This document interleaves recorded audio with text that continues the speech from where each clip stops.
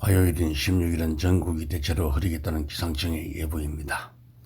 오늘의 뉴스는 2차 종합특검 추진하는 여당, 통일교 특검은 절대 불가하다고 하는데요. 왜 그럴까요? 까면 본인들이 죄가 밝혀질까봐 그런가 봐요. 참 답답하다는 뉴스를 전달합니다. 경찰 국가수사본부가 정치권을 둘러싼 통일교 의혹 수사에 속도를 내고 있는 가운데 15일 천정군과 전 현직 의원 자택, 사무실 등 10곳을 동시 압수수색하며 강제 수사에 착수한 가운데 여야 간에는 이 문제가 특검 공방으로 번졌다고 합니다. 장동혁 국민의힘 대표는 이날 천막 농성장 최고위에서 특검을 거부하는 자가 범인이라며 통일교 의혹 특검 도입을 촉구했으며 특히 이재명 대통령이 최근 국무회의 종교단체 해산 발언을 거론 통일교의 입을 틀어막았다라고 공세를 펼쳤다고 하네요. 장 대표는 민주당과 대통령의 접근이 얼마나 깊고 넓게 연루되어 있으면 대통령이 직접 나서서 겁박했겠냐라며 이 사건은 대통령까지 개입한 명백한 권력형 범죄 은폐라고 했고 이어 이보다 분명한 특검 사유는 없을 것이라고 말했습니다. 국민의힘은 점점 커지는 통일교 의혹을 그간 민주당이 펼쳐온 내란 청산 공세 반격 기회로 삼는 모습이며 이 문제를 민주당 지도부가 최근 주장하는 3대 특검 후속 성격의 2차 특검과 연결짓기도 한다고 합니다.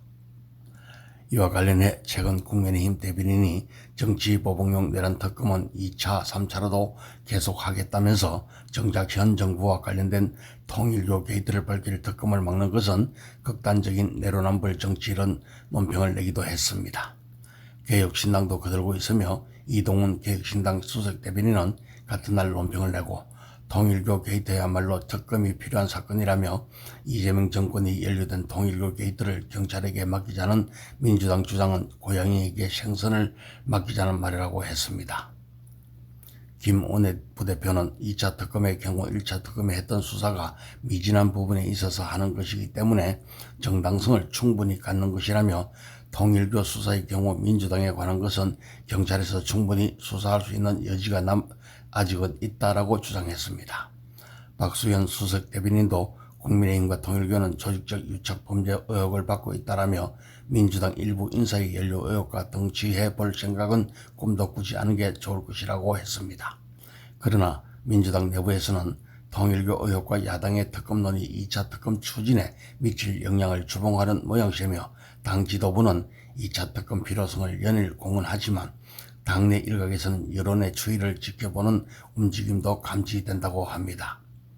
일단 국민의힘 등 야권 통일교 공세를 연말까지 이어갈 전망이며 특히 민주당이 주장하는 2차 특검을 도입할 경우 내년 6월 지방선거까지 내란 프레임에 갇힐 수 있는 만큼 통일교 의혹을 공격은 물론 2차 특검 방어용으로 전면 부각할 것으로 보인다고 합니다.